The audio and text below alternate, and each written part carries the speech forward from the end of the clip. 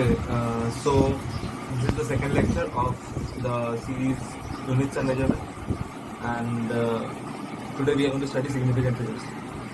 So significant figures, let's start with an example. We have this length, we have this line segment right here, and we want to find its length. So what do? We use a scale, of course, and we use a scale and we find out that its length is somewhere between 3.5 and 3.6. Let's say this is 3.5 and this is 3.6 right here.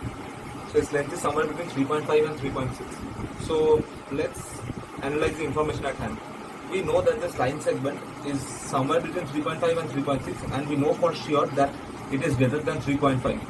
So if we had to write down the length of this line segment, we would write 3.5, and then there is something right here and we do not know about that. So let's say it is 3.53. We don't know about this digit right here. So from this we can say that 3 and 5, these two are reliable digits, because we are sure about this information and we do not know anything about this information. Why do we not know anything about this information? Because we are looking at a scale where 1 millimeter is the smallest division or the smallest measurable length, and this length right here is smaller than 1 millimeter, and so we are not sure about this length. It could be 0.3 millimeters, but we are not sure about that, and so the length right here is 3.53 and we are not sure about 3. So here we have two reliable digits and one unreliable digit.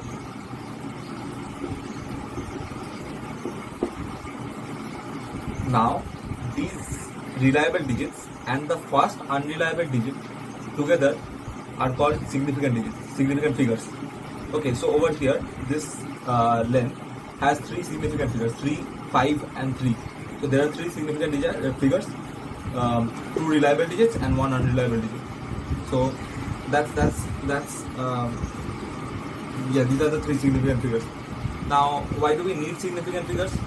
Because the measurements that we make in everyday life, they are not always reliable, and we need to work with these significant figures for adding things and subtracting things and dividing things, and there are rules for finding out the significant figures and for deciding which figures are actually significant, and we will go through those rules first. So for an examination point of view, these are the rules and that are the most important, and we need to think about these rules only. The rules matter when significant figures come into play, and we will go through the rules.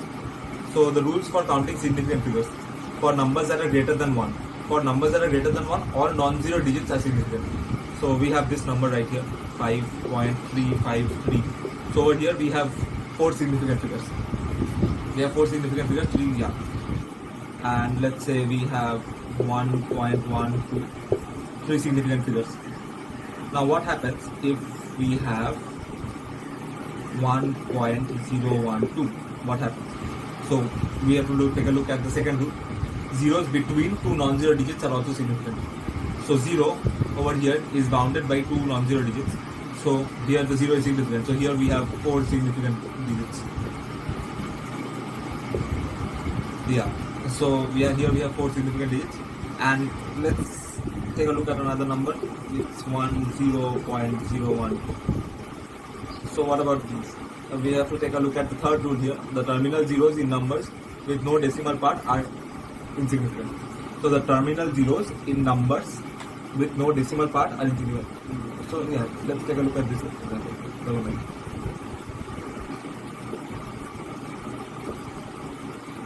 Let's take a look at this example. The terminal zeros in numbers with no decimal part are insignificant.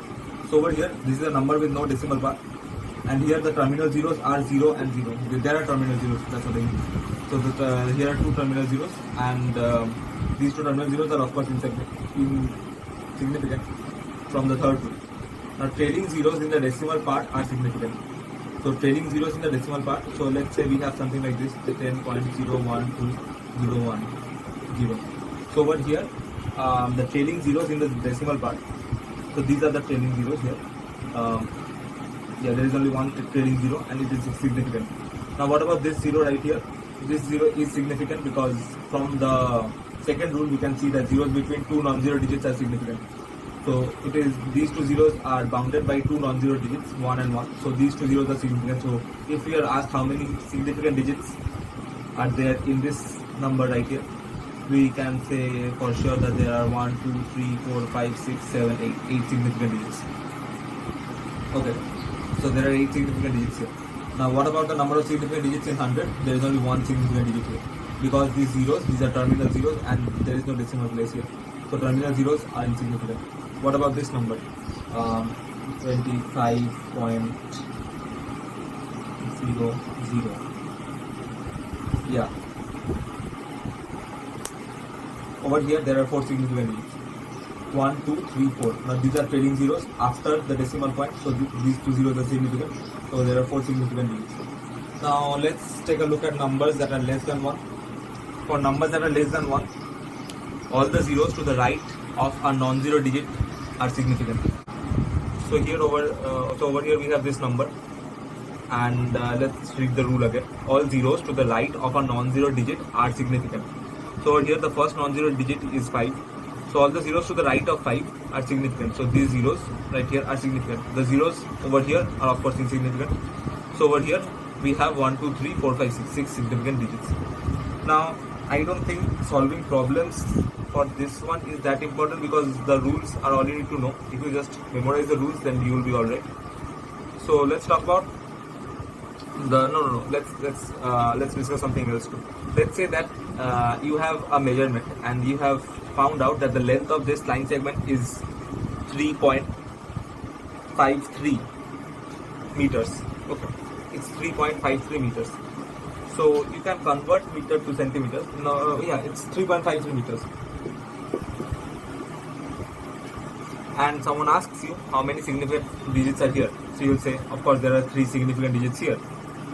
Now there is someone else. He says that well, we can write 3.53 meter as 353 centimeters, and he can write 353 centimeters as 3530 millimeter. And then he asks you how many significant digits are here. Now from this rule right here, zeros, terminal zeros in numbers with no decimal part are significant. So according to him, according to that rule, 353 millimeter, 3530 millimeters will also have how many? 3 significant digits, right? 3530 millimeters will also have 3 significant digits. But we can also write 3530 millimeters as 3530.00 millimeters. We can also write 3530 millimeters as 3530.00 millimeters. Now over here, from this, how many significant digits are there? 3530.00 millimeters. Let's take a look at the rules. All non-zero digits are significant. So there are at least 3 significant digits here. Zeros between non-zero digits are also significant. Okay. Terminal zeros in numbers with no decimal part are insignificant. Okay. Trailing zeros in decimal part are significant. So over here you can say that these 2 digits are also significant. Right. So these 2 digits are also significant. Now that would mean that this number right here has more than 3 significant digits. But right here we saw that 3.53 meters has 3 significant digits. So this number has 3 significant digits and this number has more than 3 significant digits. So what does this mean? We have a problem here, and the solution of this problem lies in the rules itself. The rule says that we have to work with our original observation. Our original observation was 3.53 meters. So whenever we are asked to find the significant number of significant digits, we have to work with the original observation, and the number of significant digits will remain 3 no matter what, no matter how we represent the number. So 3.53 meters can be represented as 3.5300 meters, and in that case someone can say that this has 5 significant digits, but that's not true. 3.53 meters will have 3 significant digits no matter what unit you represent it in. So we got that out of the way. You need to keep that in mind because yeah, that's important. Now rules for rounding of uncertain digits. Now we have already talked about uncertain digits. Uncertain digits for unreliable digits, I guess. 1 second. Get over there. What is this? So rules for rounding of uncertain digits. Let's say that we have a number. Let's work with 3.53 here. First one. Rules for rounding of uncertain digits. Now, if sometimes, of course, all the observations that we take, they are not 100% accurate, and sometimes to make working with those observations easier, we round off the uncertain digits. Now let's say that we have the observation 3.53 meters, and we know that this digit right here is uncertain. Like, we have found out that this digit is uncertain. So what do we do? If that and we want to drop this digit. We want to drop this digit, and we have found out that this digit is uncertain, and we want to drop it. So how do we drop it? There are rules for dropping uncertain digits, and we will take a look at those rules. If the digit to be dropped is less than 5, then the previous digit remains the same. So the digit to be dropped is 3 here, and it is less than 5. So this, and when we drop it, this number is going to become 3.5 meters. That's the first rule. If the digit to be dropped is less than 5, then the digit before the digit to be dropped remains the same. Second rule, if the digit to be dropped is more than 5, what do we do? Let's say we have 3.57, and 7 is the digit to be dropped. It is more than 5. Then we increase the preceding digit by 1. So this is written as 3.6. Yeah, we do this for calculation, so like 3.57 is still probably more accurate than 3.6. Doesn't matter. And if the digit to be dropped is equal to 5, then the preceding digit is raised if it is odd, and it remains the same if it is even. So let's say we have 3.65, and the digit to be dropped is 5, and the digit to be dropped is 5, and the preceding digit is 6, and the preceding digit is even. So this becomes 3.6. But if we have 3.75, the digit to be dropped is 5, and the preceding digit is 7, and it is odd, then this becomes 3.8. So these are the rules.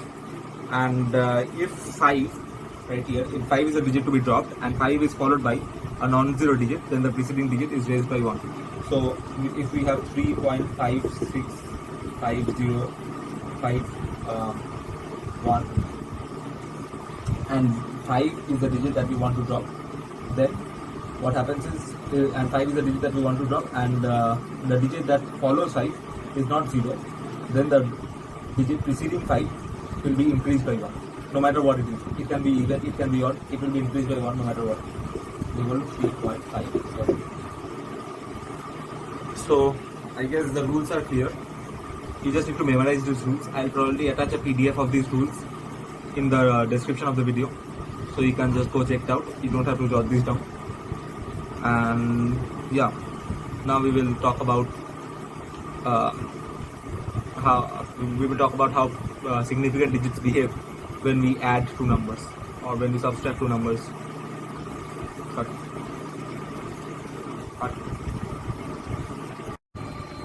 So let's start off with 4 problems. We have to round off to 2 significant figures. Now, these problems are important, and as these are the only problems that can come from significant figures. Let's take a look at this one. We have 0.0857. We have to round off to 2 significant figures. Over here we have 3 significant figures. This 0 is insignificant, so is this 0. So we have 3 significant figures, and let's start with the most uncertain digit right here, and that is 7. So 0.0857. Now 7 is more than 5. So if we have to get rid of 7, we will have to increase 5 by 6, because the number preceding 7 has to be increased by 1. So it is 0.0086. Now 0.086 has 2 significant figures, and so we have got our answer. 0.086.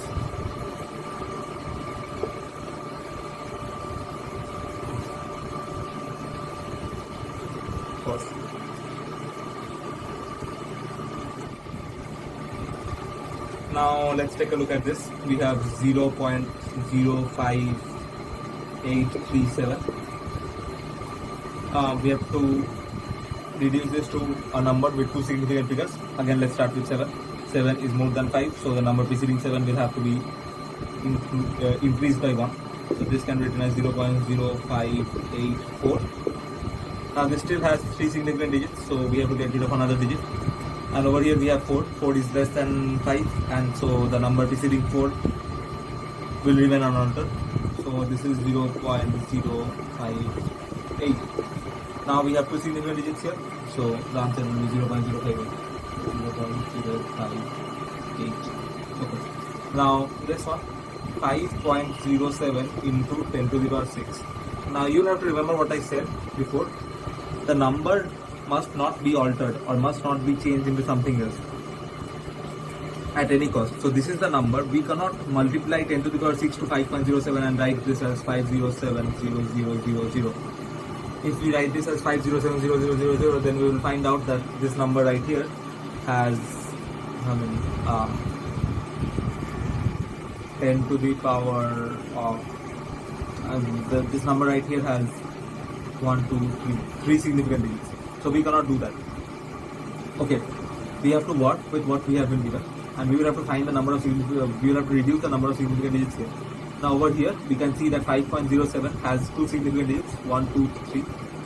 So if we have 5.07 and we have to reduce the number of significant digits, we start with the most uncertain digit, that is 7, which is greater than 5, and since it is greater than 5, then the digit preceding 7, that is 0, will be increased by 1.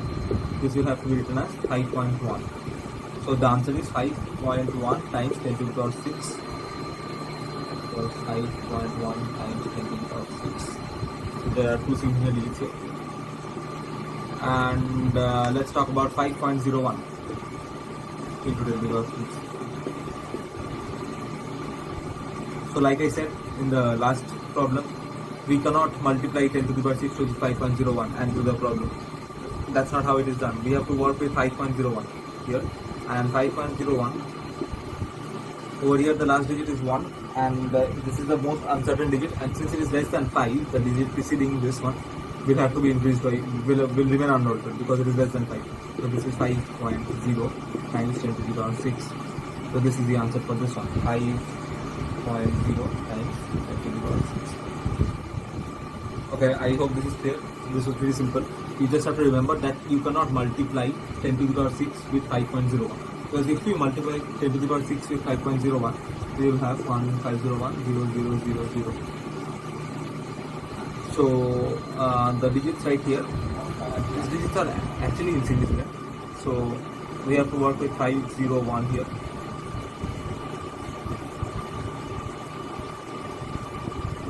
Yeah, which is unnecessary.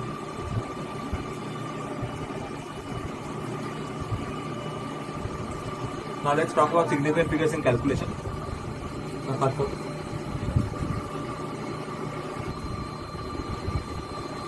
Now we will talk about significant figures in calculation, addition and subtraction, and multiplication and division. Now the rules for these are pretty much the same, but there is a very important difference in the rules that you have to keep in mind. Now addition and subtraction, the number of significant places in the final result must be the same as the smallest number of decimal places in any of the terms involved. Now that's the rule for addition and subtraction. Now let's say that we are talking about this 5.43 plus 0.1. Okay, and the answer is 5.53. Now so if you have to the number of decimal places in the final result must be the same as the smallest number of decimal places in any of the terms involved. So over here the smallest number of decimal places in any of the terms involved is of course 1, and that is from 0.1. So the final result must have only one digit in the decimal place, So of course we have to get rid of the most uncertain digit here, that is 3, to make sure that there is only one digit in the decimal place. So we have to get rid of 3, and to get rid of 3 we find that if 3 is less than 5 or not. It is less than 5, and since it is less than 5, the digit preceding 3 will remain unchanged. So this will be 5.5, and that's our answer. So that's the rule for addition and subtraction. The same thing will happen for subtraction. You can figure that out yourself. For multiplication and division, things are a bit different. The number of significant figures in the result is the same as the minimum number of significant figures in any of the factors. Now we are talking about factors here because it's multiplication and division. So let's take an example.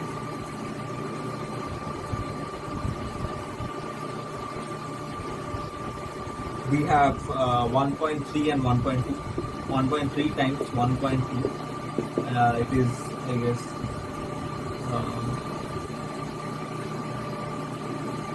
1.56. Now you have to keep the rule in mind. The number of significant digits in the result must be the same as the minimum number of significant digits in any of the factors.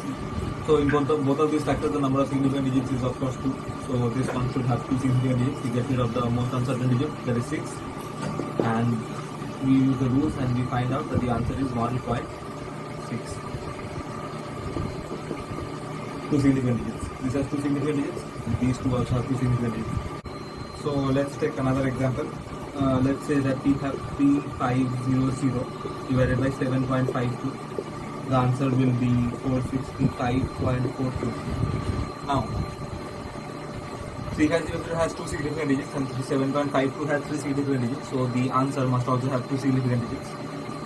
So we have to get rid of 3 significant digits right here. Now we have to get rid of the digits from here because we have to get rid of the digits from here. We have to get rid of this 5 and also the digits following 5, but we have to get rid of this 5, and that's the most important thing here. So to get rid of this 5, we will have to think about the digits that follow and precede 5. Now the digits that follow 5 are 4, 2. Now previously in this lecture only we learned that if the digits following 5 are 4, 2 and we have to get rid of 5, then the number before 5, the digit before 5 will have to be increased by 1. So this, in this case, 6 will be increased by 1, and of course 5 will be replaced by a 0. So 4, 6 increased by 1 becomes 7, and we have 0. And this is it. This is the answer. Now this right here has 2 significant digits. 3500 also has 2 significant digits. And 0, this last 0, this terminal 0 is of course not significant, so this 0 can stay. So this number right here has 2 significant digits, and we got that from here. Yeah, so that was one example for multiplication and one example for division, and I hope this is clear. If there are any doubts, you can of course point them out in the comment section, and we will get back to you.